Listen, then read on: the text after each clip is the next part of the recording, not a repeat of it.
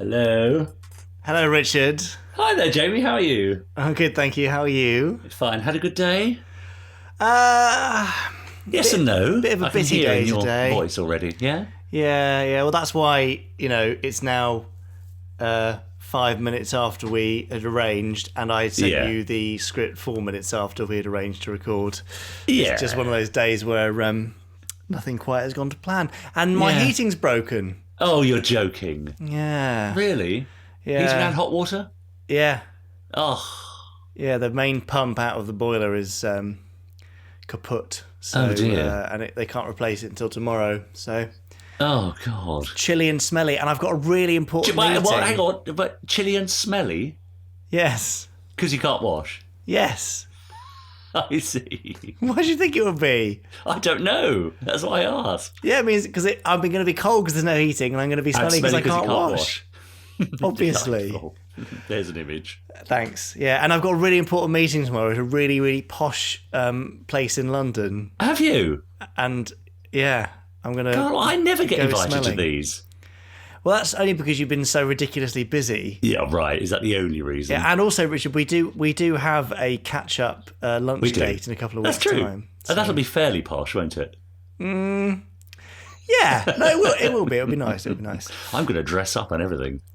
Please do a fifth Doctor cosplay. Don't tempt me. I can get my stripy pyjama trousers out again. There is a moment where we sort of spend some time in a TARDIS, so it might be worth it. Anyway, enough of this. Nobody needs to know about our diaries. No, that's true. Shall we just record the Gerry Anderson podcast, Pod 31? Let's do Pod 31 while we're here. Fine. 5, 4, 3, 2, 1. Let's get started.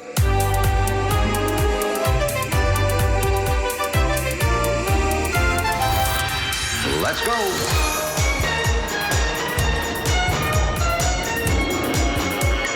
Spectrum is green. The Gerry Anderson Podcast with Jamie Anderson and Richard James.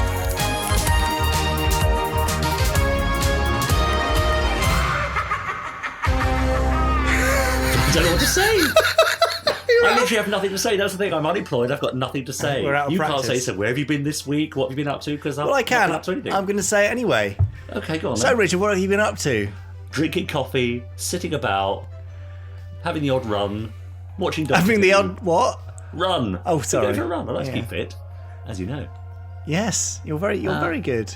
But apart from that, I've not been doing very much, which has been rather lovely. Yeah, and you see, I could easily mock you, but I really do think that you deserve it. So, Yeah. Good It's on been you, a long enjoy time it. since I've enjoyed quite so much time at home, so Yeah. it's been rather lovely. and despite being crazy busy for all this time, you've still managed to do a weekly podcast. Yeah. For over 6 months. That's quite amazing, really, isn't it? I think it is amazing. So Yeah. you're to be applauded. That's right. But I was playing it once to a member of our cast, and he said, "I don't know where you find the time."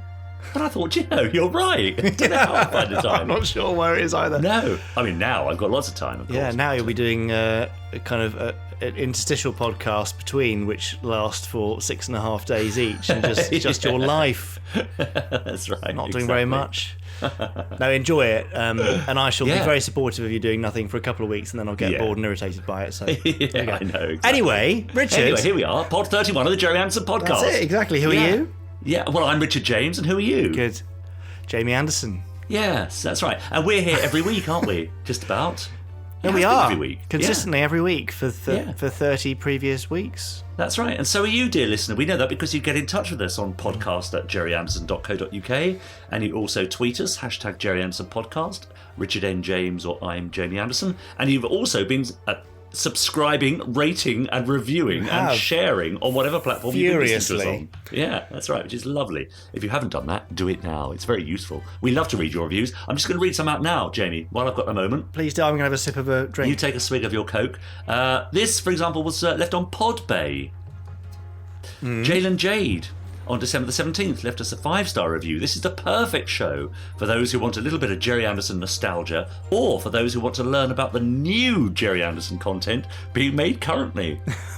Slightly lost the phrase there a bit, but Yeah, leads rather nicely into my usual phrase of There's new Gerry Anderson stuff being made right now. right now. Yeah.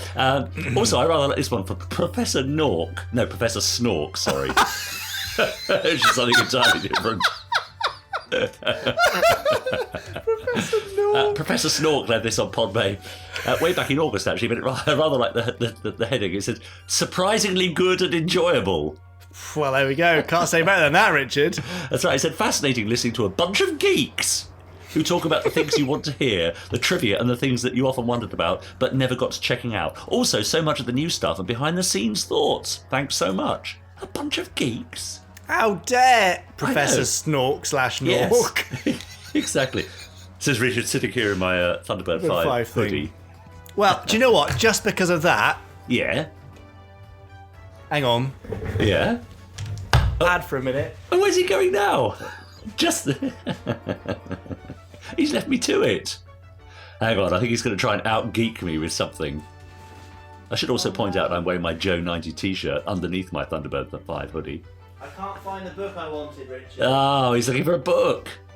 I'm going to try for another few seconds. And I'm going to Okay. this episode, but there will be... Oh, I thought it might be getting changed into something more appropriate. Slipping into something slightly more comfortable. Ah, got it. Right. So, Richard. Yes. I don't think that you and I have been geeky enough. Oh, right.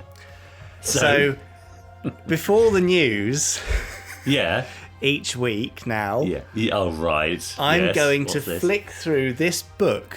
Oh, which is called Gerry Anderson's Fab Facts. Yes, written by the lovely Simon Archer. Sadly, the late Simon Archer. Oh, okay. And we're going to pick a fact at random. Right. To help educate and inform and excite and entertain the podcast audience. Okay, great. Well, I look forward to it. Is this the first one now? Yeah, we're going to do it right now. So I'm going to flick through, Richard, and you're going to say stop. Okay. Ready? Yeah. Stop. Okay. Hang on. Don't we need something like a Gerry Anderson's Fab Facts? Yeah, that'll do. That's the intro. Yeah. I'll try and change music under it. I'll try and change the music bed as well. So, well, I'll go with the first fact, shall I, on the page here? Okay. Gerry Anderson's pet Great Dane, Penny, was featured in one episode of The Secret Service. The large dog was filmed chasing a puppet across the lawn. In order to attract Penny, the puppet was painted with aniseed. Well, there you go. And that is this week's Fab Fact. Gerry Anderson Fab Fact. That's right. Aniseed, though. Really? I would have thought that would repel a dog, wouldn't it? But, yeah, I can't remember the exact episode, but there's a bit where Matthew the gardener's been shrunk down and he's up in like a fruit tree or something, and the dog's barking at him. Okay, that's Penny. That was Penny, and it was filmed at Dad's house, which I think was called White Plains. Yeah. Okay. So there you go. Wow. That's amazing. I mean, last week we were talking about, the revoicing of Space Precinct. This week we're talking about the celebrity dog appearances in Secret Service. Which came first? Was that Penny the dog or Lady Penelope Penny? Oh, that was Penny the dog, who came later than... Lady Penelope came way before that. Yeah. Yeah, so there you go. There's our new feature. No, you got that right. There it is. Oh, that's it, is it? Done? It's done. Oh, okay. If you enjoyed this week's Fab Facts, then do email us at podcast@gerryanderson.co.uk, and there'll be another one next week.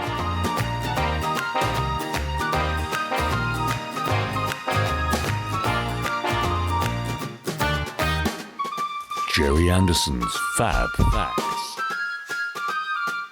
Wow. We have to do one at a time because I think there's like 500 facts in there. That should keep us going then. Yeah, exactly. If I do 3 at once, then we'll run out by middle of next year. Anyway, Richard, what's coming up in the rest of this episode? We'll reorder it next time, so it'll be a bit better. Yeah, well, thankfully we have much more interesting stuff coming up. Well, we've got an interview, haven't we? The first of 2 parts, I believe, this week that Jamie has conducted. We'll talk about that in just a moment. Yeah. We've got the Gerry Anderson news, of course, with some exciting offers and things you might have missed over the last week as well. And we also have Chris Dale will be with us later with his remarkable randomizer, whereby he's sat down to watch a random episode from the Gerry Anderson universe to give us his thoughts and comments.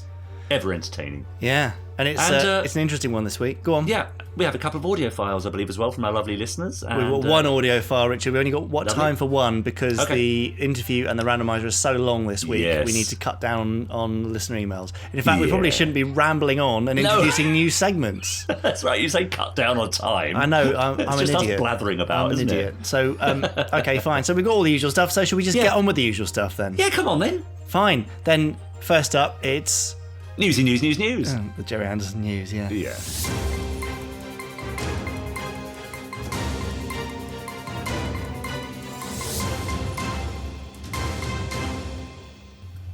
So now I've wasted all this time with Fab Facts. It's time for a quick roundup of the news. Yes.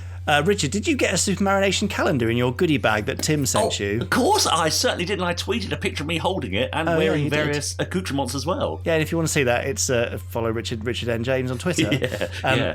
I did But if you haven't yet got one, cool. Here's an incentive to make you get one. So if you go onto the Gerry Anderson store, add a Super Marination calendar into your cart. Also search for TV21 badge. Yeah. Add that. Then during checkout, type in the code Calendar Plus. That's calendar, CALENDAR+, the word. All one word, yeah. You'll get the pin badge for free. Wow. Nice. So there you go. So right. I just, sometimes people just need a little bit of an extra thing to push them to get these things, and we'd love it if you grab one because it means we might have more calendars in the future. That's right. They are so lovely. go and grab those. It runs right through and including January 2020. So you'll still get 12 months use out of it, as we discussed before. There we go, Richard. Now, Richard, did you watch the Antiques Roadshow? Well, I didn't watch it, but I know all about it, and I saw it on catch up actually, at least the last 10 minutes. Okay. Well, you've seen it, so I haven't had a chance to see it yet. But I have never ever received so many texts, phone calls and emails about an item on TV ever. Right. It was amazing. I mean, people's parents, their pets sending me telegrams, just endless notifications about it, which I was really grateful for. So many tweets, so many emails, Facebook messages. Goodness me. Yeah. So Mary Turner, who was one of the main puppeteers and sculptors on Thunderbirds and many other of your favourite Super Marination shows, was on the Antiques Roadshow with a collection of 4 of her original puppets, 3 from Captain Scarlet and Lady Penelope from Thunderbirds. They were beautiful. Yeah. So what happened? Tell me about the segment. What happened? Well, it was there they were displayed. Fiona Bruce was asking her questions about how she became involved in the Gerry Anderson series, and she talked about the various characters and how popular they were back in the day. She talked about how she acquired them. I mean, she basically said, listen, if I hadn't taken them home, they would have been thrown away. They she's right. They didn't think to keep these things. So luckily for us, she did keep them. And when it came to putting a value on it, well, £80,000 for the lot. £80,000. Absolutely. I mean, there was no, I don't think, question of Mary wanting to sell them, but it's always interesting to see what the value is. And 80 grand. What's that in US dollars? I don't know, 90, 100? I'm looking it up now. Close to parity, current exchange rates, 101,000. There you go. US dollars. Amazing. Good Lord. Not bad at all. I would translate it into other currencies too, but but really worth a look. You can go onto the BBC iPlayer if you're in the UK. Watch the whole, and if you're in the UK, if you don't want to watch the whole episode, it's I think the last 10-15 minutes or so. Yeah. Oh, we'll see, actually tell you what. We'll see if we can grab it for the YouTube channel and put it up for the rest of the world so they can see it. Yeah, that's right. Yeah, lovely. Lovely. And in fact, that's reminded me that in our archive, we've got a great interview, an uncut interview with Mary Turner talking about Thunderbirds and Captain Scarlet and beyond. Lovely. So at some point, we'll play that out on the podcast. Yeah, splendid. Lovely lady. Yeah. And Richard, I've got a podcast exclusive to round off this section of the Gerry Anderson news. Well, you say round off. I've got a couple of items as well, but you carry on. Round off my section. Yeah. Or shall I skip my bits and then you can do the proper round off? All right, fine. Well, let's keep our listeners. Well, I just want to say, then. This is top news, Jamie. This is the most important. Really, this should have been headline up there. Yeah, go on. First news story, Scott Big Cleaky, who we both know and have met several times. Yes. Well, he's included us in his top 5 highlights of 2018. Included us or just you? Us, meeting both you and I, made it to number 3 in his top 5 of 2018. Gosh, what were number 2 and 1? Well, Rachel Stevens came out top, which is fair enough. Fair enough. Who appeared, I believe, in... wasn't she in Primeval? I don't know. No. Steps, I think, or maybe S Club 7 she was in. Yeah. And then she had a brief solo career. That's right, she did. And yes, Scott went to see her in Panto. Anyway, you can find his video on his YouTube channel, Starbuck Productions, where he's posted some lovely pictures of our meetings. Fantastic. Yeah, I thought that was worth a mention. Also, I was listening to it was Alan Carr and Melanie Sykes on Radio 2. They were standing in for Paul O'Grady. Mm. And Paul O'Grady often has a little item on his show, Lost TV themes. Yes, because he played Terrorhawks a while ago, didn't he? Well, this weekend, or rather last weekend, they featured The Protectors. Oh, really? Yes, Tony Christie. Avenues and Alleyways, I think, isn't it? Yeah. That's right. So there you go. How funny. Anyway, I mentioned that because that will lead on nicely to your last. It's almost like you knew what my exclusive news was. It was almost like that, exactly. Yeah. Thanks, Richard. No, that's great. Well, my podcast exclusive is that for the first time, the Gerry Anderson store is going to have some Protectors merchandise. Yes. Now, I find this really interesting. I know nothing about the Protectors, and I bet a lot of people out there would be surprised to know that it's a Gerry Anderson production. Yeah, I mean, it is and it isn't, isn't it? In what way? Well, because it's not one that he devised. Okay. He was presented with the premise and said by Lou Grade, who said, "Go and make this for us, Gerry." I see. So he brought on the team and all that sort of stuff, but it was pre-cast. A lot of the kind of the story and stuff was already set, so it doesn't have his creative influence in it so much. But does it feel like a Gerry Anderson show as you watch it? I don't know. I don't think it does. But lots of people say that. Yes, they do think it does. So, but no, Shane Rimmer wrote a script for it, and he was in it. I think. It's Robert Vaughan and Nari Dawn Porter. Robert Vaughan has a big dog, a bit like my dog Eric, in it. In fact, really, you'll be fascinated to know, or not. Another dog fact, incredible. I know. It's an unusual one. There are some really good bits and pieces. Ed Bishop's in there. There's quite a few Anderson links. Yeah, it's worth a watch. I mean, grab the DVD from the Gerry Anderson store, obviously, and the soundtrack should you wish. And what's the merch that's coming? Oh, to start with, we're going for a T-shirt, hoodie, and a nice Protectors mug. Oh, but lovely. bear in mind, I don't think there's been any for since it was out originally, if there was even that much at the time. So it's it's small, but it's significant. Yeah, that's right. Much like you and I. Yes, that's it. Perfectly formed. And that is the end of the Gerry Anderson news for this week. That was the news. Thanks. Great, Richard. Well, lots of stuff to get our teeth into there. Yeah. Very nice. Yeah. Now, I'm going to ask you a few things, Jamie, if I may, before we head on into the emails and audio files and so on. All right. Firestorm. Yeah. I know our listeners will be very interested. We know that something's coming later in the year. We know that it's all barreling along nicely. When you say something's coming, you mean it's going into production later this year. Exactly right. Now, can I just throw a few questions at you? You don't have to answer them. Yes. But just so we get a broader picture of where we are. I've got some interesting things I'd like to know. Go on. How many episodes will there be? Unless something changes, 26. Have you got writers on board? Yes, although the team is not complete. Have you got directors on board? Yes, with a potentially very exciting one to join the team, hopefully, if things work out. Have you got a studio? No, that's the most interesting one, actually. We've got potential locations and buildings, but it's a very busy time in kind of UK production right now. There are some studios taking bookings up to 10 years in advance because it's so busy. So it's difficult to find the right place, but we have the advantage of not needing live sound. So we don't need a sound stage, so we'll likely be in a warehouse, but it'll be something which will only be locked down probably 30 to 60 days prior to pre-production, as in the preparation being started. Yeah, great. Okay. Does that help? Thanks very much. Yeah, it does, yeah. Are you spying for someone? No, not at all. Yeah, actually, I've got a rival series. Orin on Ice. You know, we're waiting for it. Of course, yes. We'll get on with that in due course. Great. Now, before we get on to the emails, but we have had some tweets I must read out from Josh Long, who said another fantastic podcast from the Gerry Anderson podcast with those two top fellows, Richard James, I'm Jamie Anderson. What a lovely look back at the highlights of 2018. This was from our New Year's Eve or Day special. I can't remember which it was. New Year's Eve. No, this was... Was it? Last week. No, it was last week, which would have been... I can't remember. It's so difficult remembering the dates. It's the last podcast, anyway. With one of my favourite episodes of Supercar in the randomizer. Very good. My Anderson New Year's resolution, he also included. This is Josh still. Number 1, explore areas of the Anderson universe. 2, watch Firestorm religiously when it's released. And 3, record an audio message for the Gerry Anderson podcast. Well, come on then. Yes, do it. What are you waiting for, Josh? Bung it down and send it to us, podcast@gerryanderson.co.uk. Robert Monk, remember he was going off to the LNDY? The Loch Ness Yogurt Day, or it was. Exactly. Well, he said, yes, chaps, it was in fact the London New Year's Day parade. How I wish it was the Loch Ness Yogurt parade, however. And he managed to raise just over £850 for Autism All Stars on the day. Nice. Fantastic. Becca got in touch to say, my top TV audio geeky highlight of 2018 was seeing the minisode of Firestorm and discovering the Gerry Anderson podcast. Pod 29 tells such a fascinating story. Gerry Anderson makes a good point that Lionel's life would make an excellent film. This is It really would.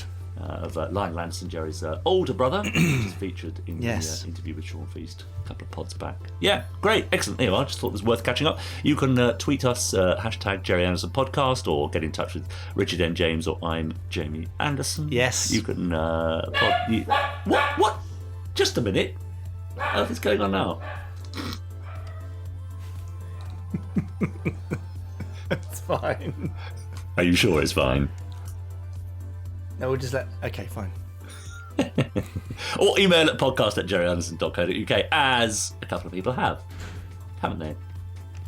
Yes, they have. Now, because I've gabbled on, and because we've got a long interview and we've got a long randomizer, Yeah.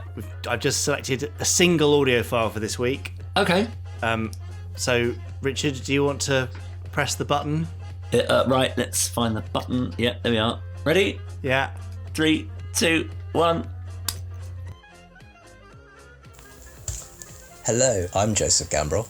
So I have personally grown up watching Thunderbirds, but more importantly, to me as a child, I watched New Captain Scarlet because I was 10 and it was amazing.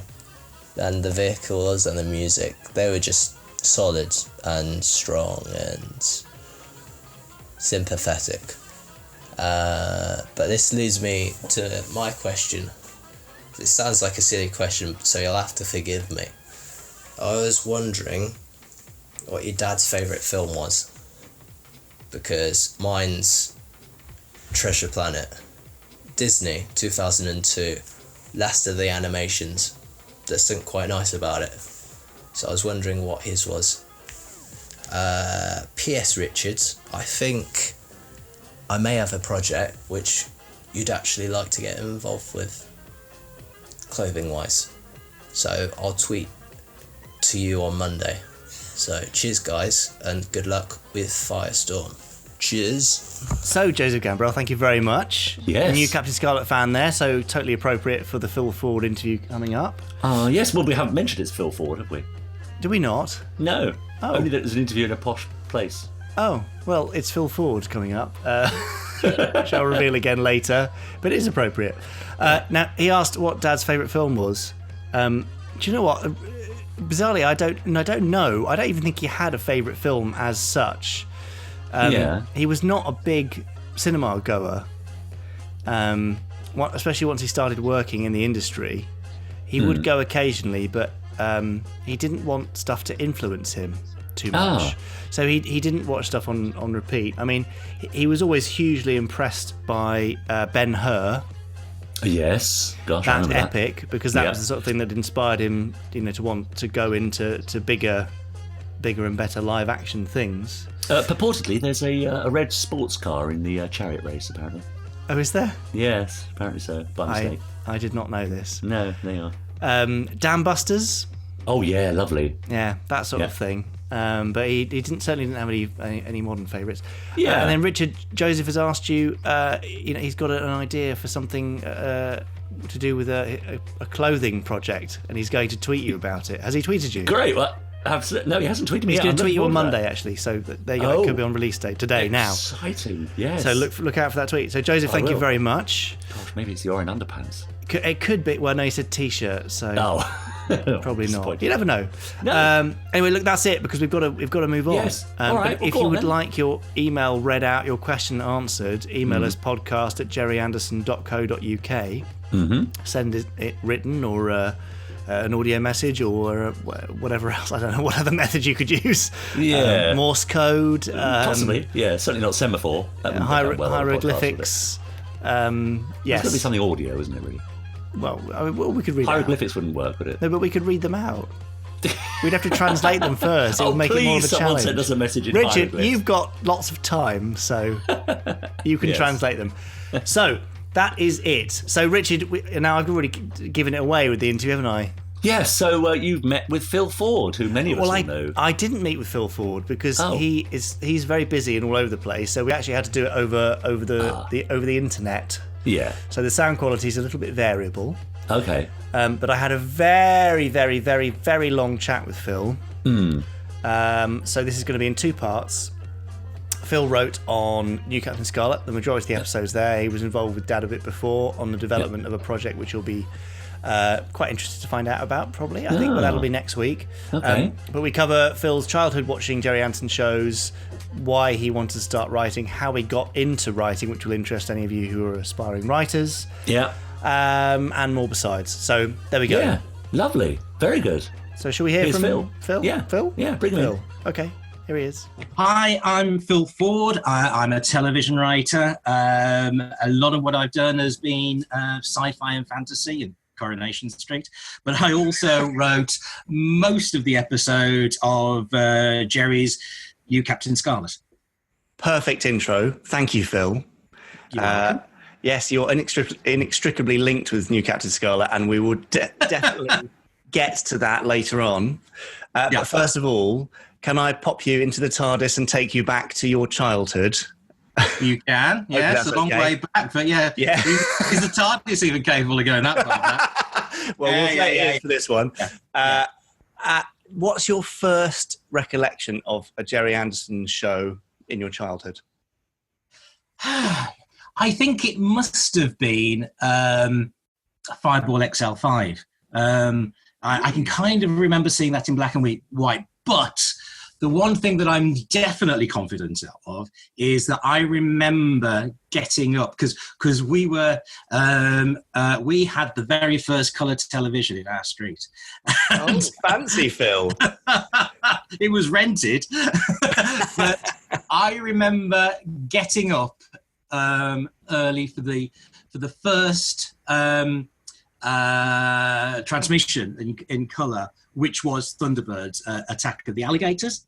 Oh, fantastic. And I remember getting up early to go. I think it must have been 8 o'clock in the morning or something like that. They were doing. I can't remember if it was the day that they started, ITV became colour, or if it was, because I do remember they did one or two kind of test transmissions. Yeah. But I do remember seeing Thunderbirds in colour. I was probably I must have been one of the first people to see Thunderbirds in colour on British telly. So yeah, so that's certainly my brightest memory. Yeah, your most colourful one.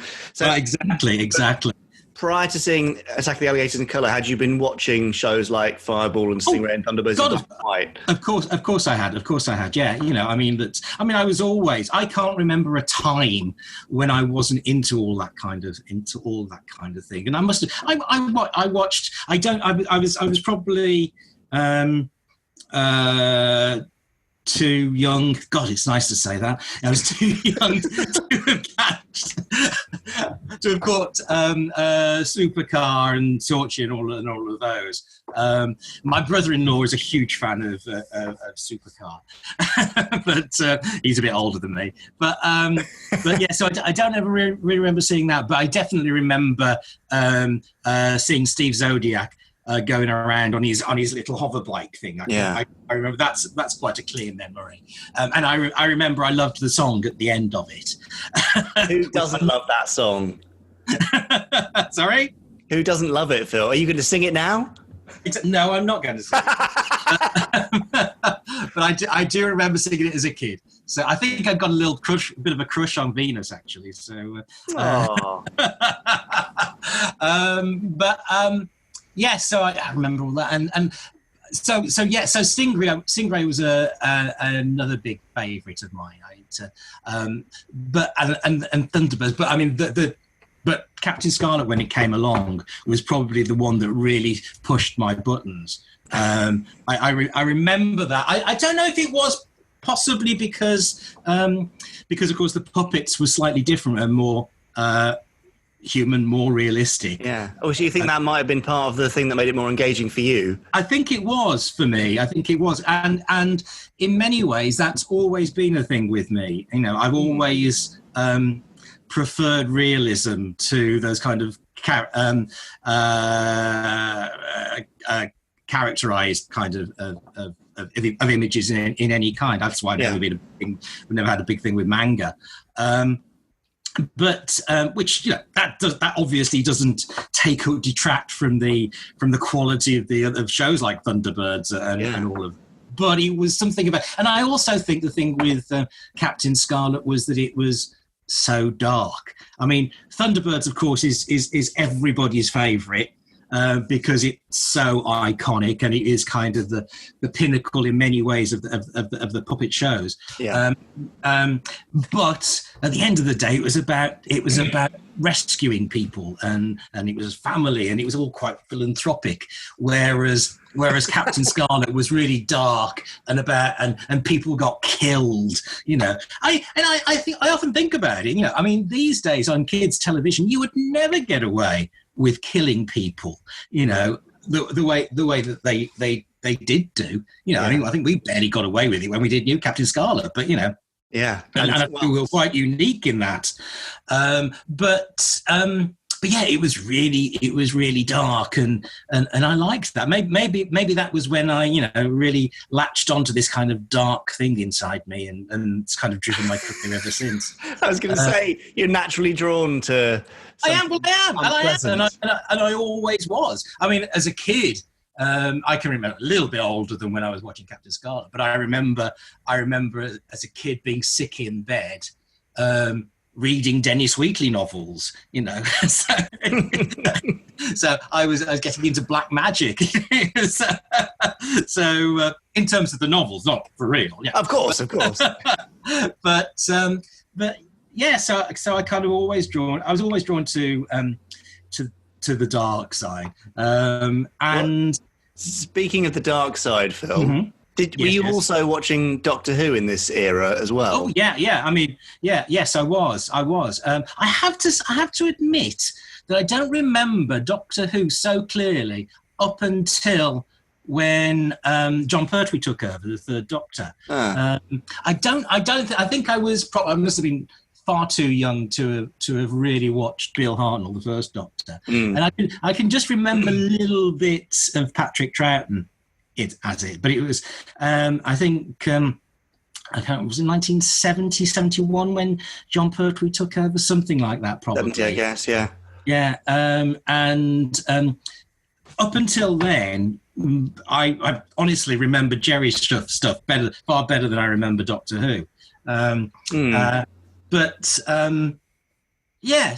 I mean, and again, you know, there were some very nice dark stories in Doctor Who that attracted me. Of course. So one of my favourite Doctor Who stories was the demons, or the daemons as they spelled. And that still remains one of my favourites, and the Green Death.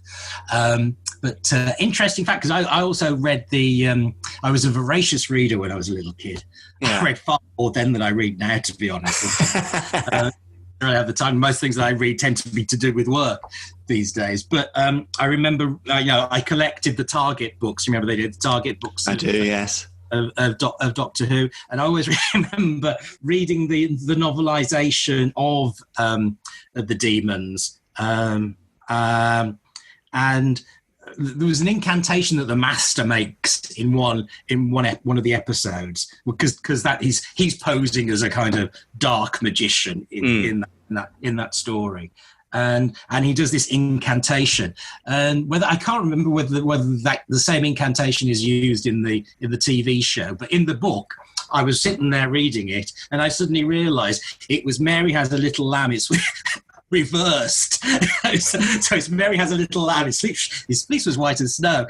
It's just they turned it the other way around, and that's which I thought was jolly good fun. Yeah. But yeah, so I love. But I science fiction, fantasy. I think that was something that I kind of inherited from my dad, because my dad was a fairly strong reader as well. And I remember although he wasn't into things like the Dennis Weekly novels or anything like that, he was quite fascinated by strange things. Yeah. But it's a fascination rather than escapism that drove yeah, it, I think. Yeah. Same for you? Yes. It certainly wasn't an escapism. It was that I was fascinated by those kinds of things. Yeah. But of course, the shows were hugely enjoyable. And I think I probably even appreciated then, that there wasn't much else on television that was quite like Gerry's shows then. Quite apart from the fact that they were puppets, just those kind of, jetting off into space and all those and all that stuff. You just didn't really see it, apart from in American shows, of course. Yeah. You didn't see it elsewhere. I mean, and Doctor Who, in some ways, was kind of quite comfortable, I suppose, in as much as you didn't have you had the TARDIS, and that was a stationary set, and the TARDIS by its own nature, of course, disappears and reappears somewhere. You didn't have anything like a kind of launch sequence like you always had on Fireball XL5, which was something, that rail and everything that I've never forgotten and always loved. Of course, there's that homage to it in New Captain Scarlet. That's exactly what I was going to say. Yeah. Yes. Yeah. It was just and I mean, I was a kid of the '60s, so the thing was, my memory of my dad was getting me up in the crazy hours of the morning to watch Neil Armstrong take the first step. Yeah. On the moon, so I kind of grew up with that whole space race. So I suppose it was probably a combination of that. I suppose it was the fact that because they were doing the moon shots, even before we actually got to the moon, I always used to watch the launch show with James Burke and everything when they did that, and I was kind of fascinated by all that kind of thing, and truly believed that by now we'd all be wearing silver suits and poncing around on the moon, or even purple wigs. Yeah, exactly. I think I'd probably keep off the mini skirt, but purple wig, fair enough. I think you could pull it off. Yeah, so I suppose it was all of that, which of course also must have influenced the shows themselves. Absolutely, yeah.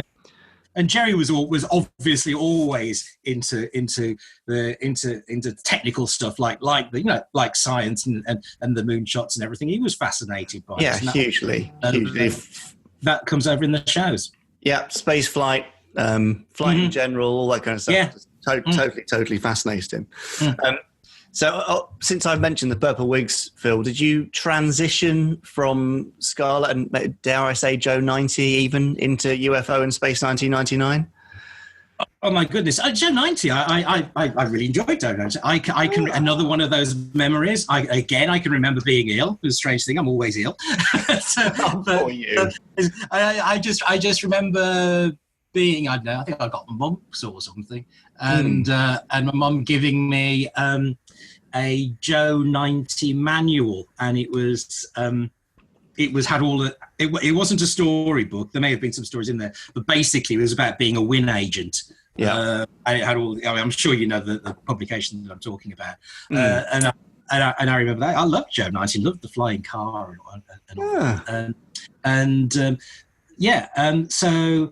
I kind of never got the Secret Service, though, if I'm honest. No, that's fair enough. It was a bit of an oddity. It was an oddity, and I'm sure it's the Stanley Unwin thing. To be honest, I think that's probably it. I think it was probably something that a kid of my age didn't really know who he was, and didn't really get that. True. But although I still love the car, and of course the car was very much like Bessie.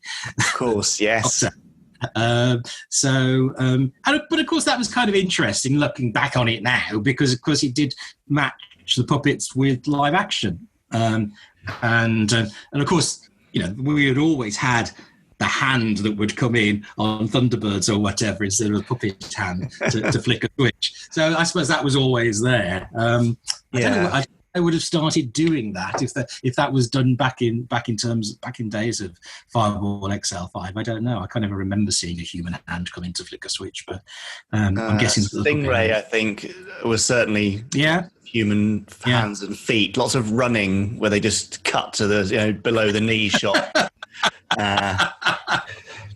Not super convincing. I always felt that kind of pulled you out of the illusion a bit. The suspension of disbelief was pretty tough to maintain. You suddenly cut to a man's hand. Yes, well, absolutely. But there was no other way to do it in those days. No, true.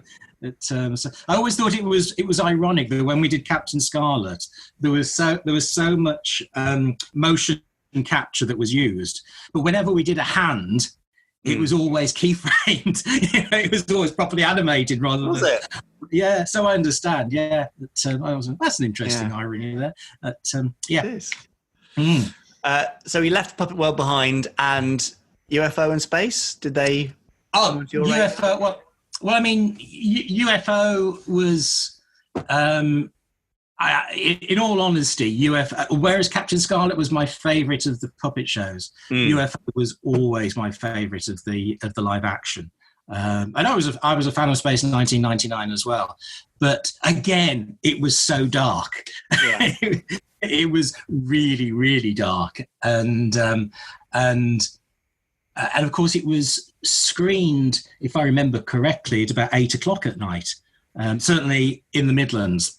Yeah, and later, depending on the content, I think some of the episodes with LSD usage and stuff. Well, that one till 11 p.m.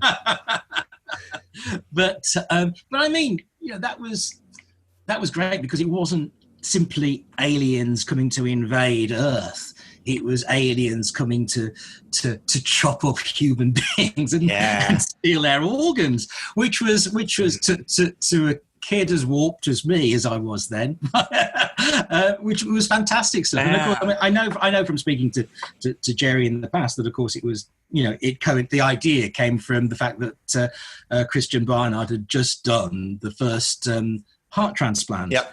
So it made perfect sense. That was lost on me at the time, of course, but I just loved the idea of these green-faced aliens coming to Earth and doing this. And also that was quite sophisticated as well in that way because so you have the archetype green alien, little green man coming to, but actually they didn't have green skin because it was the pigment of the liquid. And of course that was something which was being looked at the time as well. There being this idea that oxygenated liquid might be a way of breathing. So again, the show was influenced by if not actual science, by theoretical science. Yes.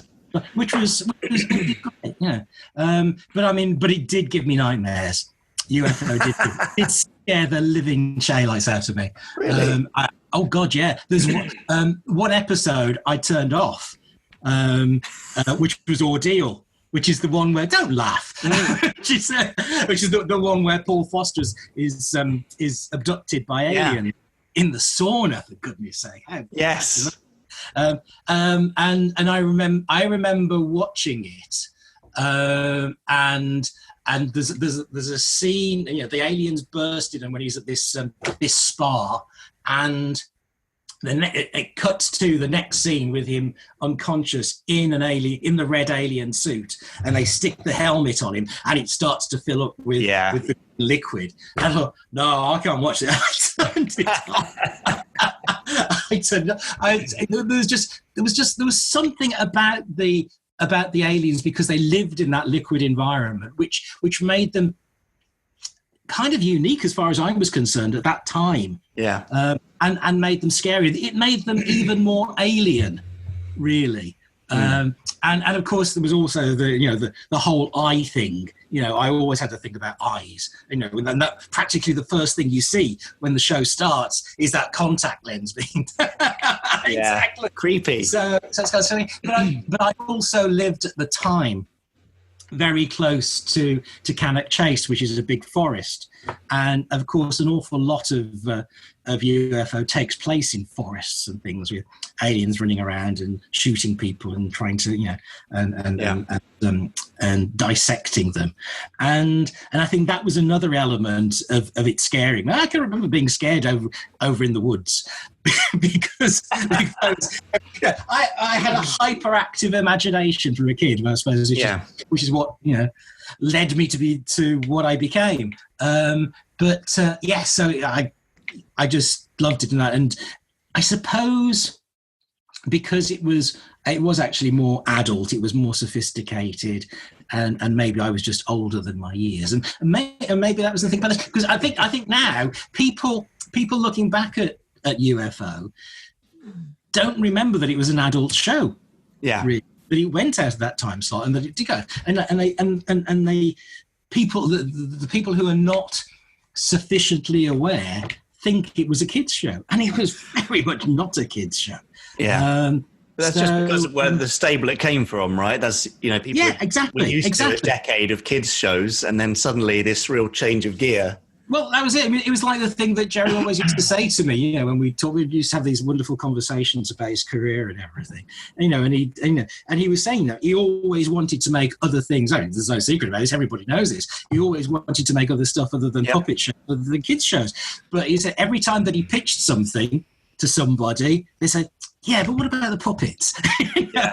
The kids. So he kind of was, to some extent, seen as that guy who made the pictures for kids. But I don't think Gerry ever really necessarily thought of them as pictures for kids. He just thought of them as great little films that kids could get, but the parents would get as well. Exactly, and that's never written down. Well, yeah, it was the. And that's the great legacy of all of the shows, really. It's why they still survive now and why they're still popular, because people who grew up with them when they first came out now have kids and grandkids of their own, and they love sharing them with them, and the kids still get them. Yes, and still enjoy them. Yeah, of course they do. Yeah, which is amazing. Well, we will come back to this momentarily. I'm sure we will. Yes. Let's leave UFO and its nightmares it gave you behind. Space 1999. Then was that another step forward? Yeah, of course it was. Of course it was. I mean, I can remember Space 1999 going out, and I remember loving it. Of course, there were two different versions of Space 1999, i.e. the first series and the second series. Yeah. And I always preferred the first series. Of course. It was the whole Fred Freiberger thing in the second series, and it kind of, for me, lost its way. And of course, there was some cast changes as well, which I don't know why that was. I'm sure you do.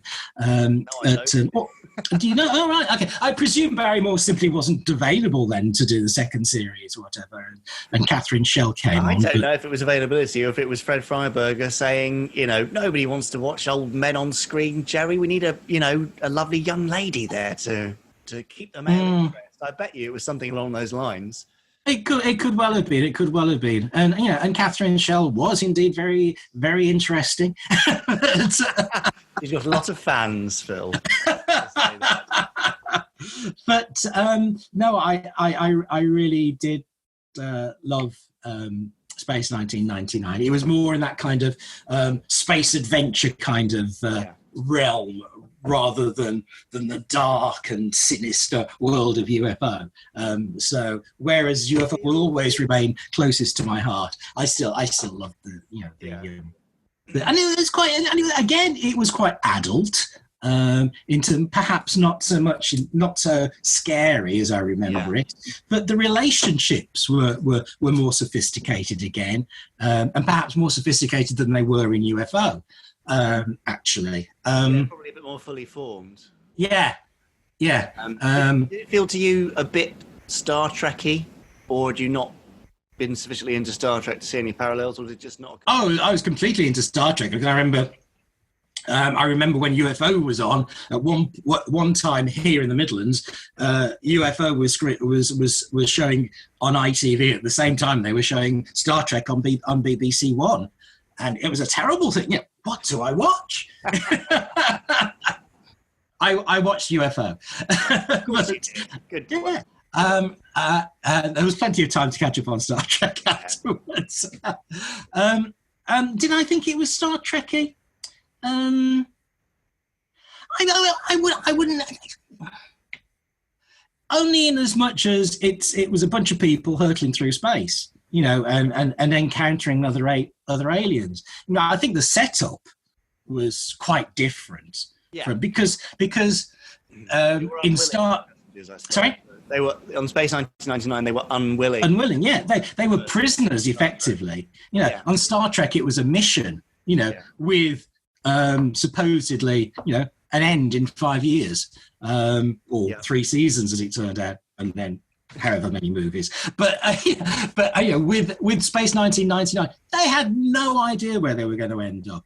Yeah. They were hurtling through space, always looking for somewhere to make a home, a planet that that wouldn't have aliens on out to kill you, or whatever. They were always searching for a home, and so that made it a different kind of space exploration show. And the fact that the characters didn't want to be there but had to be there added more conflict to the situation. And in all fairness, they got used to it fairly quickly. But didn't they in the end? But it was I liked it. I did enjoy it, as always, of course. But it didn't supplant UFO as your. No. And but the interesting thing was, I was never very keen on the Eagles. Really? That's a controversial thing to say. I know. I don't know why it is. But hang on.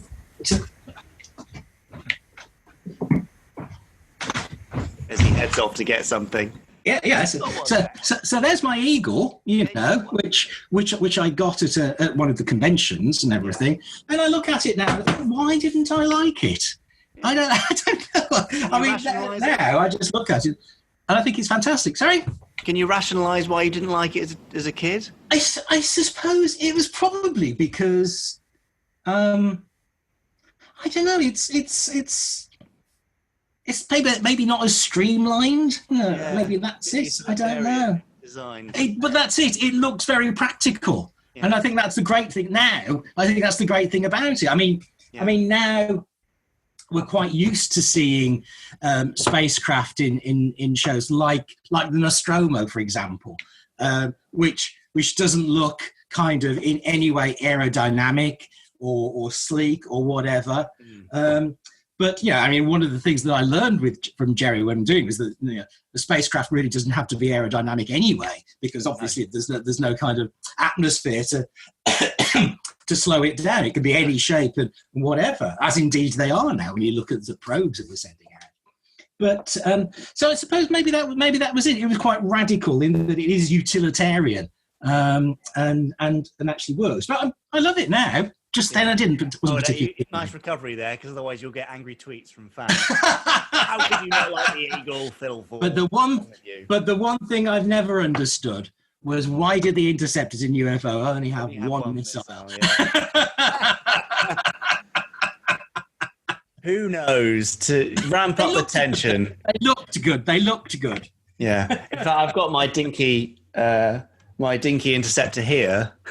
Yes. And I fired the missile off over there a couple of days ago, and I've lost it, which is what happened to 90% of Interceptor owners in the 1960s, 70s. Yes. So, I don't think I ever had an Interceptor. did you not? Did you have any Anderson toys? Oh, I had all the Thunderbirds. Of course. I remember very clearly I had a Thunderbirds play suit. Oh, nice. Which I loved the smell of the plastic hat. I can still, if I close my eyes, I can almost smell it now. And I can certainly feel it. And it was, that was a, and the plastic hat survived a long time after the rest of the uniform fell to pieces. Are there any photographs of you wearing the uniform? If there are, I would have tracked them down and destroyed them. That's such a shame. Such a shame. Never mind. Maybe there'll be another opportunity to find an embarrassing photo of you somewhere else. If we park the sort of childhood viewing of the shows and move into your professional development and career, you said you had an overactive imagination as a child, and so that kind of naturally led you to this, and you read lots, which is obviously something which can tend to cultivate the desire to write in a youngster. So at what point did you decide you wanted to do something like this, and how did you get there? Well, I was writing from at the same time. I'd always written stories. I wrote my first story with chapters when I was about 9 or something like that. And I actually remember, and I used to often write stories about things that I'd seen on TV. I wrote loads of UFO stories. I had little things, and I'm sure they were all just basically copies of what I'd seen on TV, jumbled up or whatever, which is pretty much what I still do today.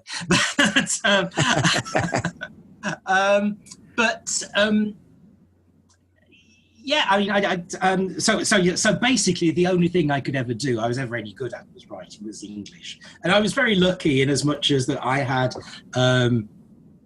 good teachers who encouraged that. And also my dad, although he said that I would never make, you'd never make any money out of that. My dad was a miner. And he said, you'll never make any money out of writing, but he still bought me my first typewriter, which was when I was 11. I was 11 when I had my first typewriter, and from that was it. And I wrote 2 or 3 novels around that time as well. Of course, were completely, utterly awful, I'm sure, but nevertheless, I'd got this bug, and I remember. I would write one of my novels, which were always kind of fantastical in one way or another. And in between finishing one, nothing ever happened with them. But in between writing one and writing another one, I would always feel kind of quite lost. And I wouldn't know what to do with myself, so I'd start writing again. So it was something which was very much central to me, I think, really. And I think I probably spent too much time with my typewriter rather than going out and playing books and stuff like that. No, really, I did. Yeah. That was another thing. My dad would always say, "You want to get outside? The sun's out, whatever." And I'll tap tap tap tap tap. But nevertheless, so I went to school, and as you do, and discovered that journalism, because I thought, as I say, I was a lad being brought up in a mining area, and nobody from that kind of area, I thought at the time, ever went into television or, well, I wasn't even thinking of writing for television then. It was just simply, I was just. Just words. You wanted to make words. I wanted to make words. Yeah, I wanted to be a novelist. I wanted to tell stories. And so, as far as I was aware at the time, nobody ever wrote novels or wrote television or wrote movies that came from where I came from. But there was a district office of the local evening newspaper by a roundabout in one of the local towns, and I would always see that, and so it seemed obvious to me that I'd become a journalist. So that's what I did. I when I left school, I didn't go to university. I instead joined the in-company training scheme for the Midland News Association group of papers, as it was at the time.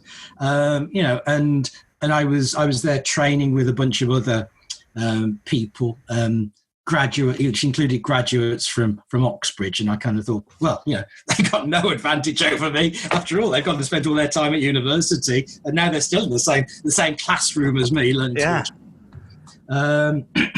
So I did that, and I became a journalist, and I did that for 10 years, and very quickly had learned that actually being a journalist is nothing about writing, and it's much more. It's not really. It is a craft. It's its own distinct form of writing, but wasn't really what I'd envisaged when I embarked on this.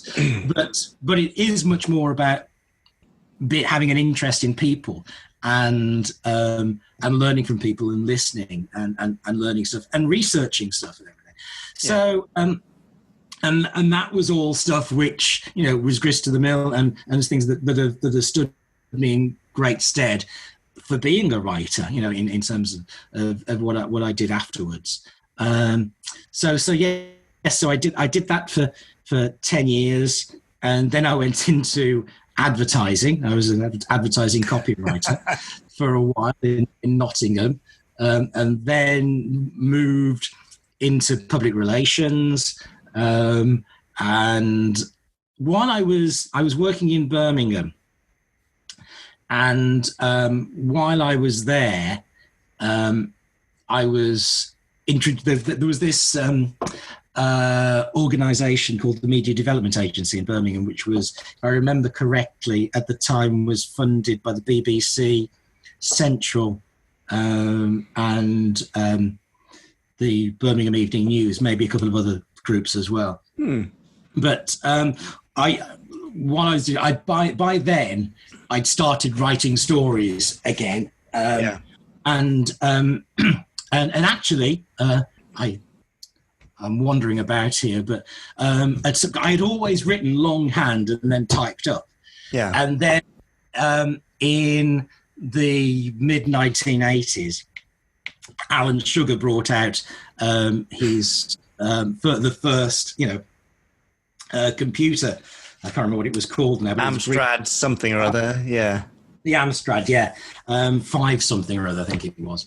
Anyway, so I bought one of those, which was, there were about 500 quid, which was a lot of money back then. Yeah. And you could buy them out of Boots, bizarrely. I remember the one that I came from Boots. That's bizarre now. But so I got this thing because I thought, it'll be easier to write because I can amend on the screen and everything. You don't have, cuts out that whole stage. And I sat down to write whatever it was I was going to write and found that I couldn't. I'd lost the connection with the story, which was a bizarre thing, because I'd always written longhand. It was like the direct connection with the paper. Yeah. But when I came to craft a story, tapping on a keyboard, it wasn't working. It wasn't coming to me, which was weird because being a journalist, I'd been taught to think onto a keyboard. Yeah. To write. So it was the worst case of writer's block. So I decided to try and write something different. So instead of writing a novel, I decided, I'll write a TV script. So I wrote... As you do. So I wrote this thing called Church Law, which was about a retired detective who lived on a narrowboat. So it took me. It was a 2-hour thing, and it took me 2 years to write. Heavily influenced by Inspector Morse at the time.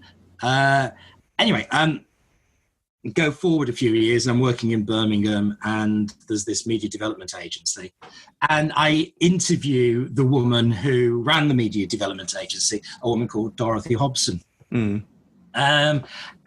we got on fairly well. And I said to her that, I wrote a bit and I'd got this script. And basically she asked to read it and really liked it. And I'd chosen the best time to show it to her because she was just leaving. But she passed it on to a producer that she knew at the BBC. In those days, we still had Pebble Mill in Birmingham, which was a big production centre.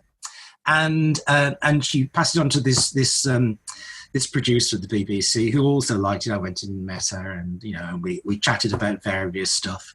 And they said, "Well, you really need to get an agent." And she suggested an agent to me.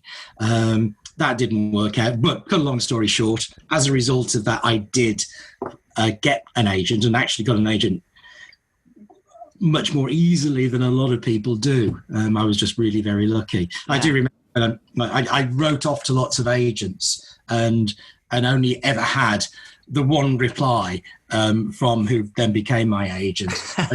I can still remember the letter very clearly saying that I have to warn you that we are a very exclusive agency and very rarely take on new talent.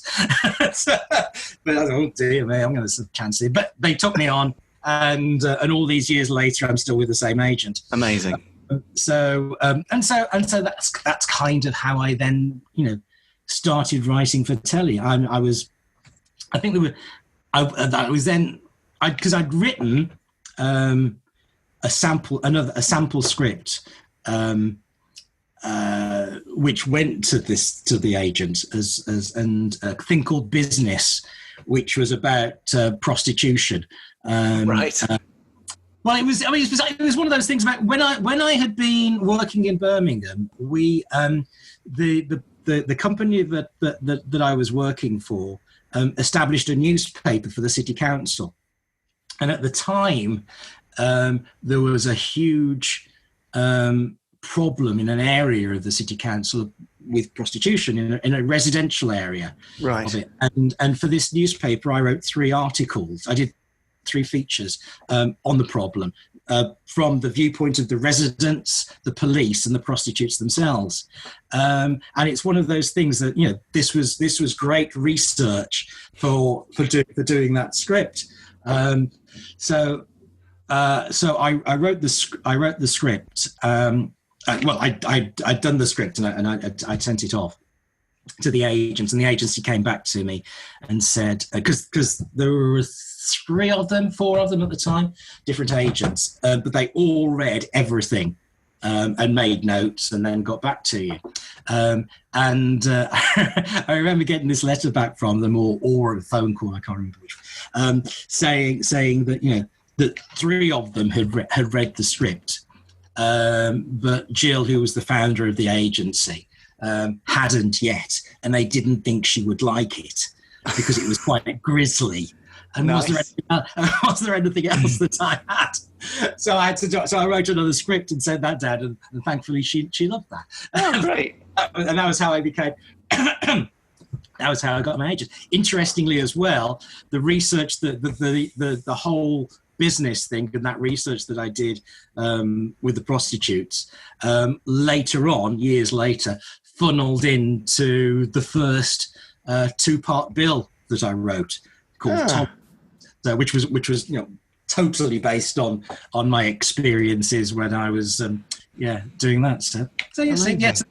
That's a great route in, Phil, and great going through sort of the jack of all trades route of writing for every other industry except for this. So you get your first gig. And part 2 will be next week.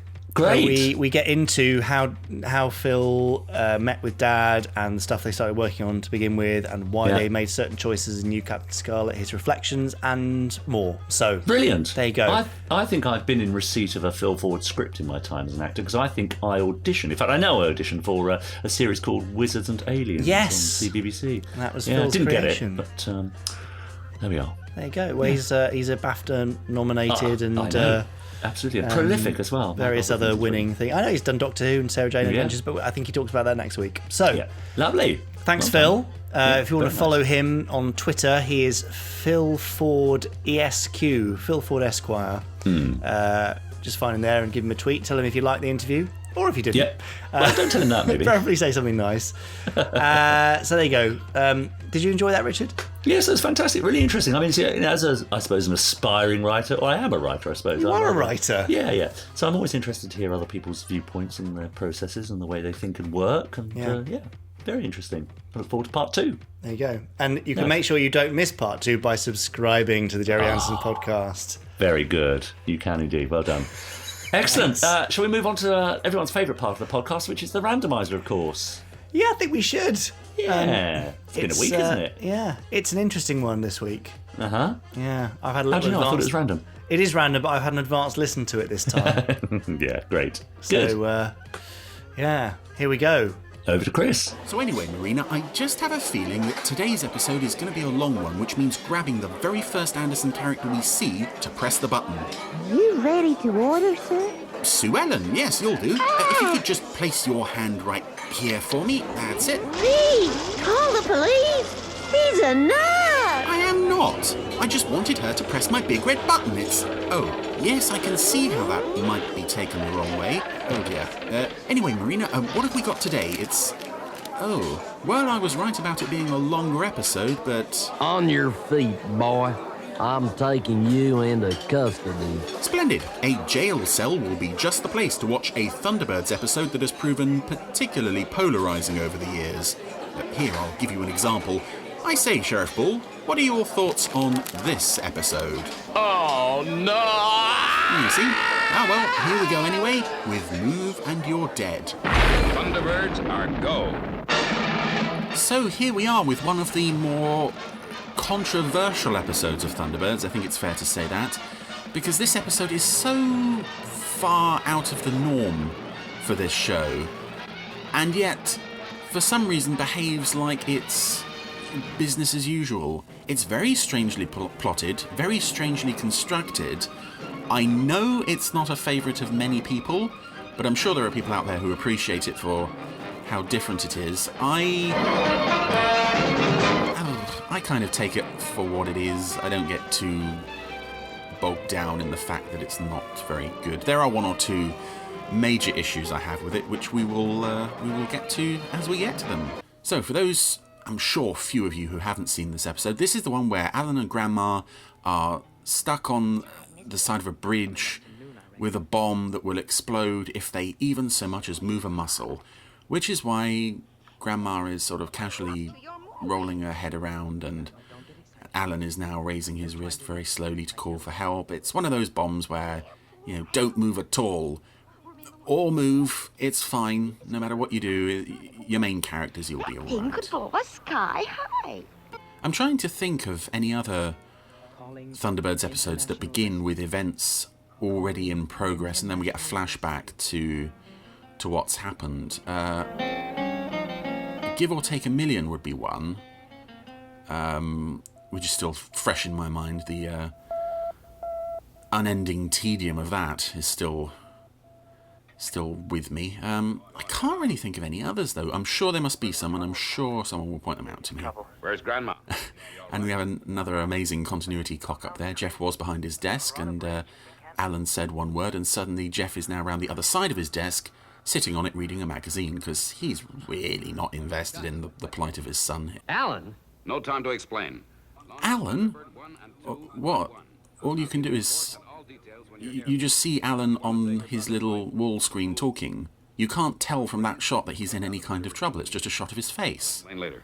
Yes, Mr. Creighton. Is it just like the existence of Alan is a problem for Scott? It's like, oh, that brother we don't like. Oh, yeah.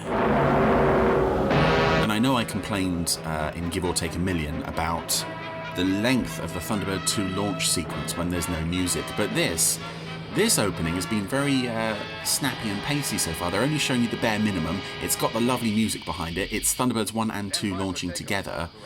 Although it's always that odd thing with Thunderbirds sometimes when you see the selection of the pod for Thunderbird 2. They've chosen pod 1.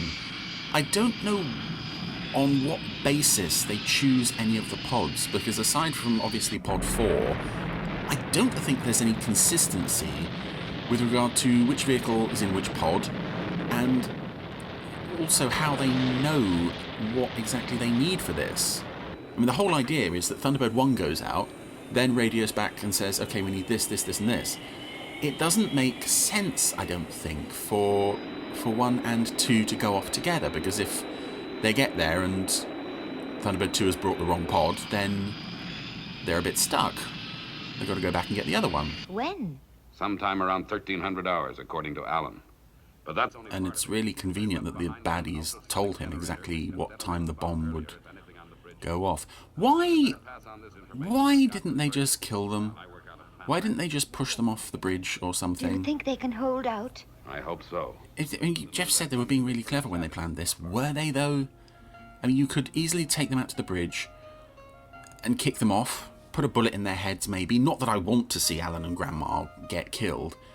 But this, sticking them on the side of a bridge with a bomb that's going to detonate if they move, which doesn't appear to be working because they're moving all over the place, which is then going to blow up anyway. I don't understand what they're thinking here. I want you to tell me exactly how you got into this fix. And I promise I won't laugh, because I admit it's got to be kind of an unlikely story. Tintin and I want to hear the whole story. Okay. Okay, then. Oh, sorry, boy, I'm riveted already. It's very fascinating. Do go on. Pity you two can't come to the sands with me, though. Alan, you know we can't. Supposing Father received a distress call while we were gone. Anyway, This is another odd episode for continuity, because Grandma... This is supposedly the story of Grandma arriving on Tracy Island. Even though we've seen in episodes made before this and shown before this that she's been there for some time already. And in fact, introducing Thunderbirds, which takes place before Trapped in the Sky, even though it's...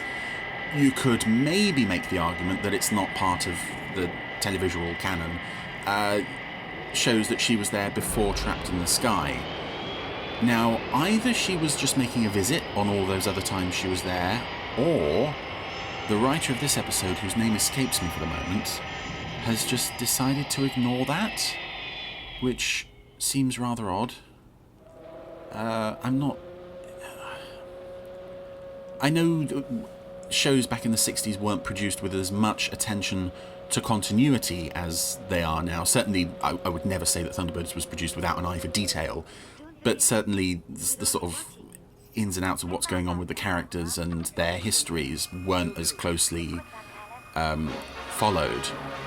But it is odd that we've had Grandma here for at least 3 episodes that I can think of before this time. I mean, The Mighty Atom, Operation Crash Dive, Vault of Death. She's been there for all of them, and yet suddenly she hasn't been there, and we're only just now going to get her. Unless they have 2. One of them died, and they had to go out and fetch the other identical one. The first impressions are great. Tell Brains he's done it again. She's a beaut. Is this really the first time you've tested the car? You're entering it for a race, and this is the first time you've driven it? The actual trip to the race itself? Seems a bad move. I just wish I was going with him. Well, to keep him company, you know. Yeah, I know. Does this really warrant the wah-wah music? The only reason I can think that that's there is because they're trying to do the "oh, she's a woman" thing. It kind of falls flat. Maybe it worked better at the time, but I'm just wondering why they couldn't let Tintin off for this trip. It's not like she generally contributes much to international rescue goings on. I know she does do from time to time, but she's not as indispensable as, say, one of the Tracys or Brains or someone. She could have come along for this. No, we don't want any of those pesky girls involved with what is evidently just a boy car race. And here we have another very odd element for this very odd episode. This car park, where people drive in, they park their car on this platform, and then this sea captain operates a few levers and raises the platform up to deposit it on a higher floor. I mean, it looks very futuristic, but it's completely impractical, and looks very dangerous. As we find out later, it is extremely dangerous. But of course, this is Thunderbirds, where we laugh in the face of danger, and as soon as we've parked our car, we go to the cocktail lounge, of course, because when you've got a lot of high-speed race car drivers all in the same car park, you want them dosed up on cocktails. This is another very odd moment. The soundtrack might suggest that you're looking at a shot of lots of cars revving their engines. In fact, what we're looking at is various close-ups on paintings in the back of the cocktail bar. That is still going on, by the way. We're just staring at close-ups of this one car on this one painting. I don't know why. I think it's meant to imply action rather than show it, but it's just so odd. Oh, now we're in the race itself.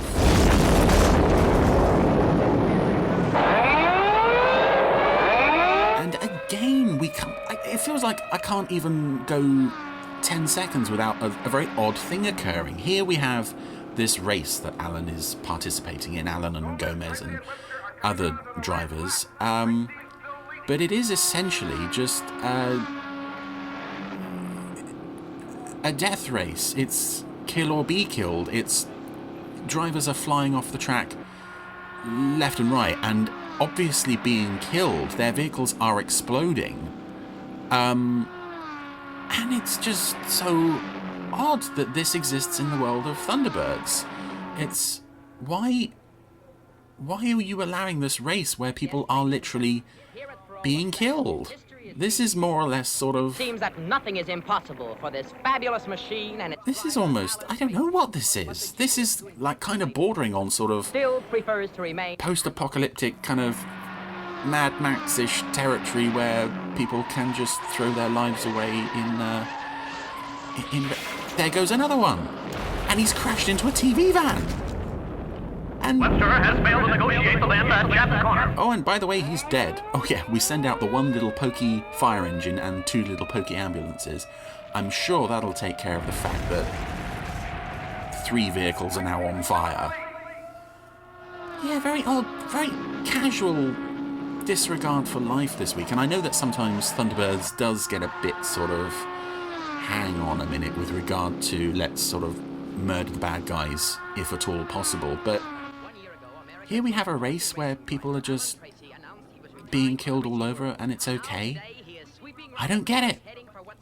This does not feel like the same show we've been watching for the previous however many episodes. Actually, I have a feeling I know why all the drivers are being killed off one by one. It's because this race is not especially exciting in itself. Just watching these 2 models slowly pulling up alongside, and I kind of like that you then cut to the puppet shot of the puppets of Alan and Gomez in their puppet scale cars sort of looking at each other, but the chase itself... Wow! What a finish this is going to be! No, it's not that impressive. Now the 2 cars move out of sight as they come into the difficult cliff stretch. Oh good, a cliff stretch. Well, if all the other drivers weren't already dead, this would certainly thin out the herd. Again, it's so odd that the Tracys must have known going in that this is what Alan would be involved with. I can't see that Jeff would just give him the okay to either risk his life or potentially risk other people's lives on something so needlessly not just dangerous, just flat out suicidal. I mean, Alan is now about to be almost pushed off a cliff into, well, a painting of some railings along a cliff. It's a very unconvincing backdrop. And I'm not even watching this in HD, I'm watching it off the DVDs. This is almost like a sort of a parallel universe version of Thunderbirds. That, you know how there's like, in every show you love, there's one episode that just completely misses the point and almost seems to come from a parallel universe, where everything's just a bit off. That's what this is feeling like. Here they come! Or at least bits of them, maybe. We don't care. Human life means nothing anymore. The remaining contestants are being scooped up into buckets. Their steaming carcasses sort of scraped off the road. Ladies and gentlemen, I am happy to announce the result of the Parola Sands race. Everybody except the first 2 racers is dead. I'd like to lay my hands on the designs for that car. Yeah, then we'd really be in the big time. Listen, Vic. You know, you're not doing too badly considering that all your potential competitors, aside from Alan, are now dead. See, that would have made more sense if you could have hinted at the thought that Gomez and Gillespie, is that the other guy's name, were responsible for the deaths of all those other drivers. As it is, it's just like, nope, that's a normal part of the race. Life is cheap, has no meaning. Live for today, for tomorrow we plunge off a cliff and explode. Will do. Alan, you're doing great. Now carry on with your story. It's really interesting and well constructed.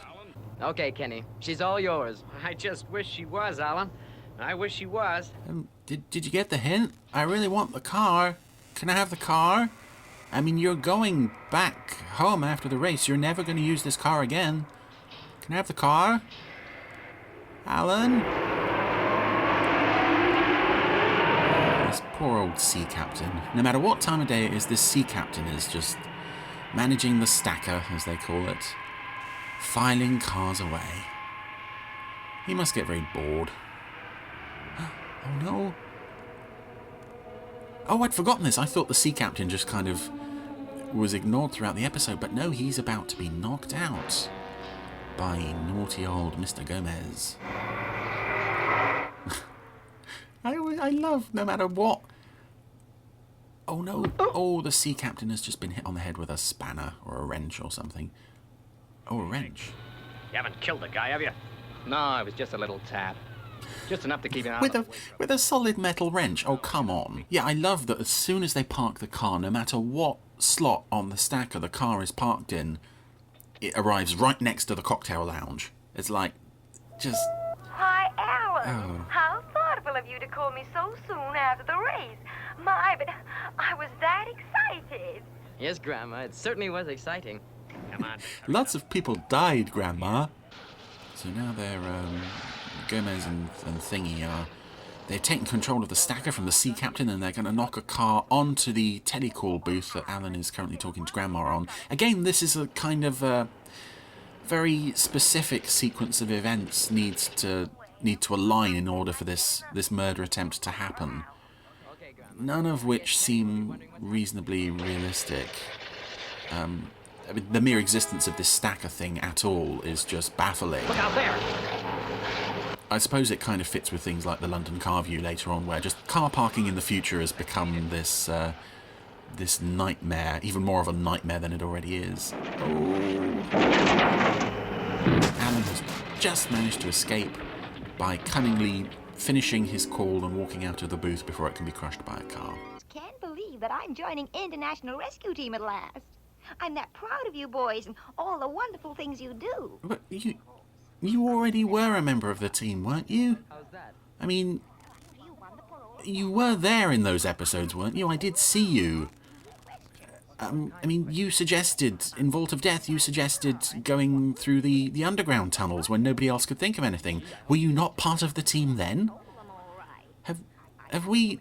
I don't know, have we jumped a time track? This just feels like it should be, at bare minimum, in chronological terms, this needs to be the second episode. And were it not for the fact that they mentioned that International Rescue already is in operation, I would maybe even put this before Trapped in the Sky. It doesn't make sense for them to be behaving like she's not been there all along when she has been there all along. And I think back in the day, this episode went out in like the second half of the first season, which would have made it even more baffling. I've always seen it as episode 9 on the ITC, I think, recommended order. This was the order it was shown in on the BBC. And even then it makes no sense. On original broadcast, it must have been just so baffling. It's up there with Plant of Doom being shown as like the 30-somethingth episode of Stingray. Fancy meeting you and the little old lady. You? You were one of those so-called reporters that interviewed me this morning. All right. Again, this is such an odd plan that they've constructed. Every single step of it. I mean, what evil plan involves interviewing old lady? Could you just... You know that. No, it's not the award money. Once you're out of the way... It's so strange. These guys should not be succeeding in any step of their plan, and yet so far, they can't put a foot wrong. It's really odd. You would also expect this being an invention of Brains. Oh yeah, they've just left Gomez behind. Gillespie's got the car and just left Gomez behind. That's a perfect opportunity for a double cross, I think. But yeah, you would think that this being an invention of Brains, he would have snuck in some kind of anti-theft device, for lack of a better term, but apparently not. Come on, Alan. You're doing great. Don't give up. Not now. Not when it's just threatening to get mildly interesting. It will, won't it? I mean, something's going to happen, isn't it? Crossing the Pacific coast now. I can see the sign that says Pacific Coast starts here. I love it when they do that. It's like doing the thing now. I don't really notice it in other shows, but on the Anderson shows, especially Thunderbirds, that it's always something now. You and your buddies are onto something new, and we want to know what it is. We were the tops till you whipped us. Come on. Well, what is it that this car has got that yours doesn't? I mean, you lost the race to Alan, but only just. You didn't do too badly. And like I said, if he wasn't there, you would have won. This car has not exhibited anything that makes it worth going to all this insane trouble to get your hands on it. Foul! The whole place goes up ahead of schedule. We're gonna switch it on by remote control. Now, some might say that this is a lot of trouble to go to steal a car. They're probably right. But we're committed to this now, so whatever. You can't say that they're not dedicated to their insane plan. These two have really thought through every step. This is a rare shot of the interior of Thunderbird 2, of Brains' lab. Because normally the interior of Thunderbird 2, we see the cockpit, obviously. We see, like the spot, the room where they would winch people down from, or where they would launch, like, cables from, or rockets and such. I don't recall ever seeing a room on Thunderbird 2 that is a self-contained room with a window and such. I know we saw Brains' lab in Pit of Peril, but it was kind of implied that that was inside the pod. Whereas I don't think that shot was inside the pod, because you could see there was a window and you could see the outside moving past it. So there we are. We found something interesting. Didn't think we would, but there it is. A window. Remember the code of international rescue, not to give up at any cost.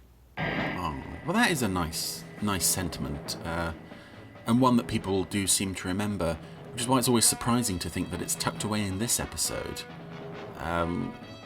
in which life has no meaning and Why, Scott? Make it fast, Virgil. Alan's almost had it. and nobody likes this episode really. I mean, I could be wrong. If there are any Move on Your Dead fans out there, I would be interested to hear from someone who likes this episode, but by and large, I've never heard anybody saying any positive things about this, other than maybe that it's something of a break from the norm, but it's not really a break in a positive direction, or even a direction that you can really get your head around. Now, of course, one of the things people love about Thunderbirds are the pod vehicles. I mean, things like the Mole and the recovery vehicles and the Firefly. I love the Firefly, the elevator cars. And then you have this episode where it looks like they've just cobbled together the pod vehicles en route to the danger zone itself. This thing that Brains is driving, in, I think it's called a neutralizer. It is just a little Caterpillar track tank thing with a satellite dish on the top. Useful for disarming bombs, I suppose. Never seen again after this episode, I don't think. But it's very sort of undynamic and undramatic. Are those words? I've made them words. And here we have another, even more pathetic pod vehicle, this time being operated by Virgil. This is... I don't know if this even has a name, to be honest. It's a little thing that has 2 jets of air sticking up the front, which people can fall onto, and the jets of air will support their weight and prevent them from falling and hurting themselves. Good idea in principle. However, in practice, the realization is extremely goofy, to the point where you could almost wonder if this is sort of a Acme surplus. Just, it goes very sort of cartoony at this point. Very, very Looney Tunes, this machine. Here we go. The jets are on. Alan's about to fall. There he goes. And he's off. But he's okay because he's boing, boing, boing. He's landed precisely on these 2 tiny little nozzles of air that somehow have saved him. Come on, Grandma. You're next. There's not much time.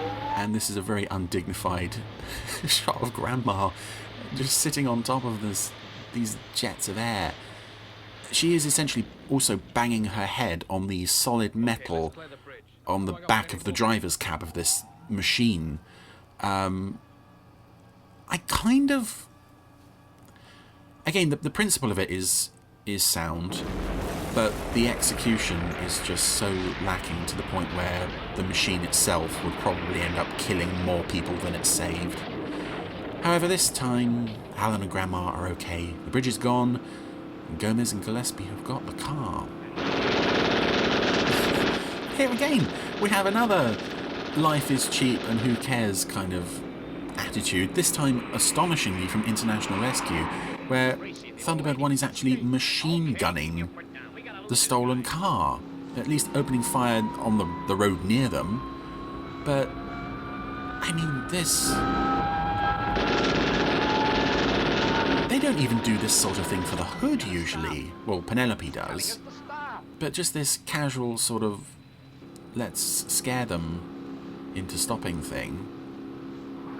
You must have a better way to stop them than this. Don't you have, like, I don't know, grabs or something, or even just fly in low over them?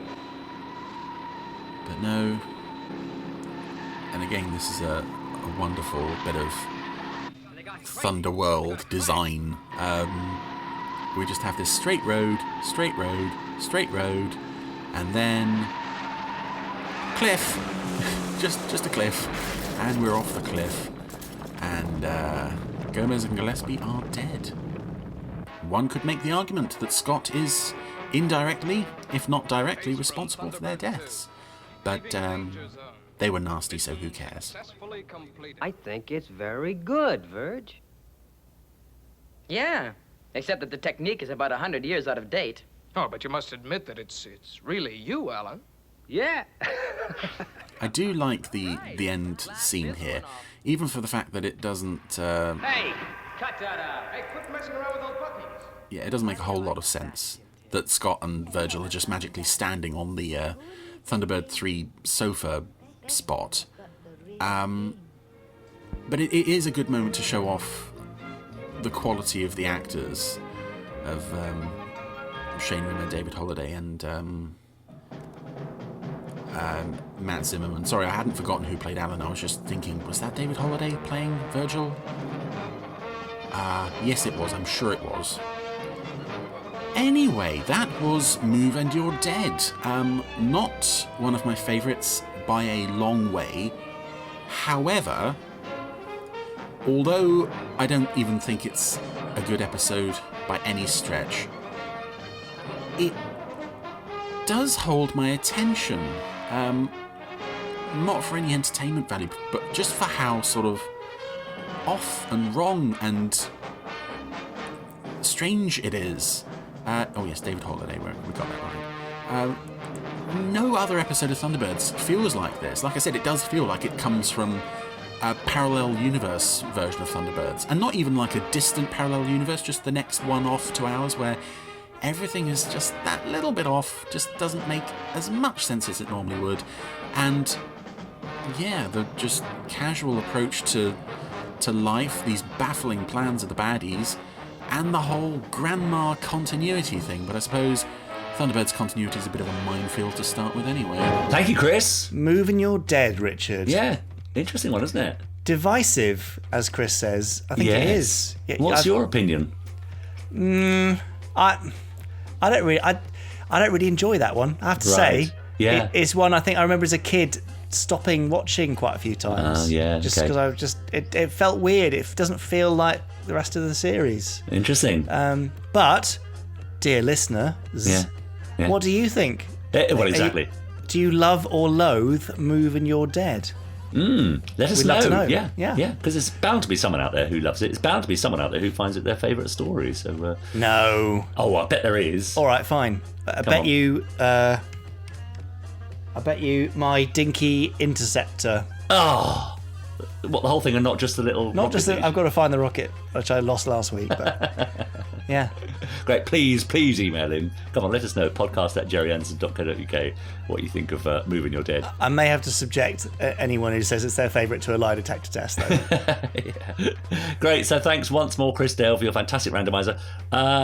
Now we got to I don't know who this is from, actually. It's another review on Podbay. Absolutely loving the Gerry Anderson podcast with Jamie and Richard. Funny chat, great interviews, and I love the randomizer segment. Thanks for keeping the Gerry Anderson legacy alive. Great work. There you go. Well, thank you, nameless randomizer fan. Yeah, absolutely. That's great. Well, Chris will be back next week with more randomizer, and indeed. We'll also be back with more podcasts next week, won't we? Yes, I suppose we will. Yeah. Yeah. Why not? Okay.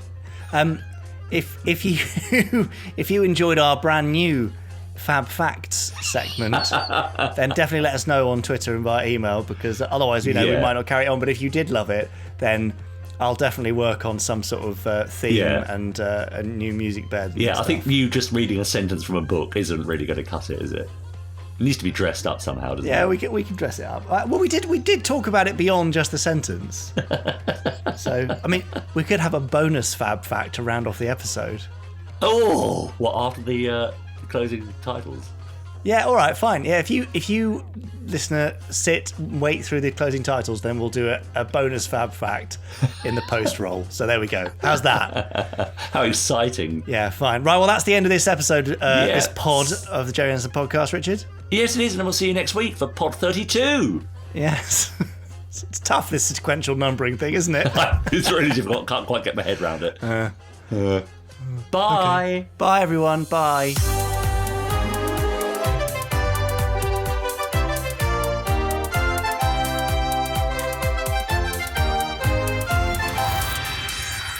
Stage 1 complete. Let's go.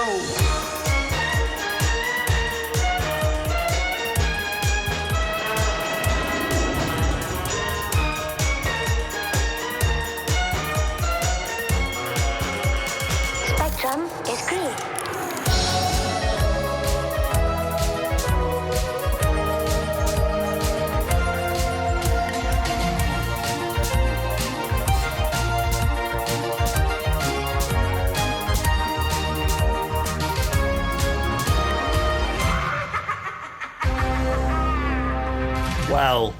Well, I mean, this is audio gold, isn't it? It really is. Yeah.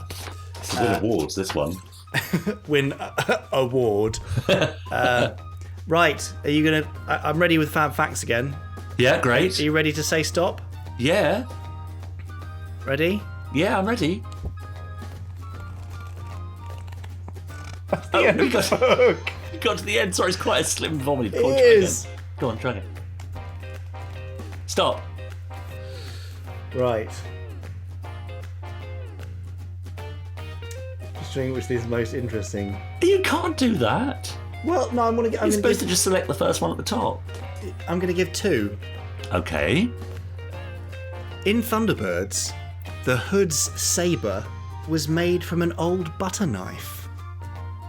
Well, that is interesting. So there you go. That's interesting. I like the way it stresses the old butter knife, not just the butter knife they'd bought. They didn't go out and buy especially. one. It probably came out of somebody's cutlery drawer. Yeah. And the other fab fact to round out this episode, Richard, is Puppets' beds, when they appeared, were made with specially hollowed out mattresses in order to give the effect of weight from the puppet. Because obviously if it was solid, the puppet wouldn't There'd be no give depress with it. So they had to be very kind of flimsy in order to give the illusion of I mean, was it worth waiting till after the closing? Really? If you thought it was worth waiting till after the closing credits, email us podcast@gerryanderson.co.uk. That's it.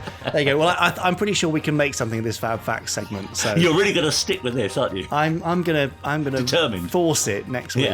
So anyway, there you go. Thanks very much, Richard. All right, have a nice week. Cheers. Bye. Bye.